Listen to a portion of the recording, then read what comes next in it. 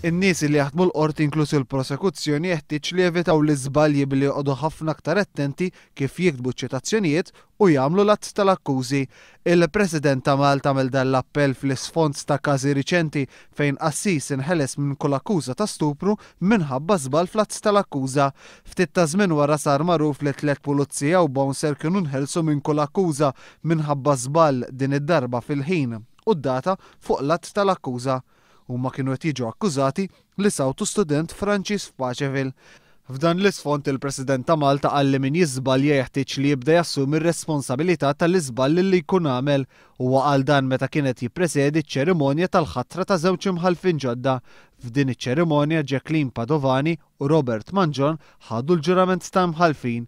Il-President ta' Malta qal li Jacqueline Padovani li għal snin sħaħ servit ta' maġistrat ħad id-deċiżjonijiet li mbagħad affettwaw lis-soċjetà.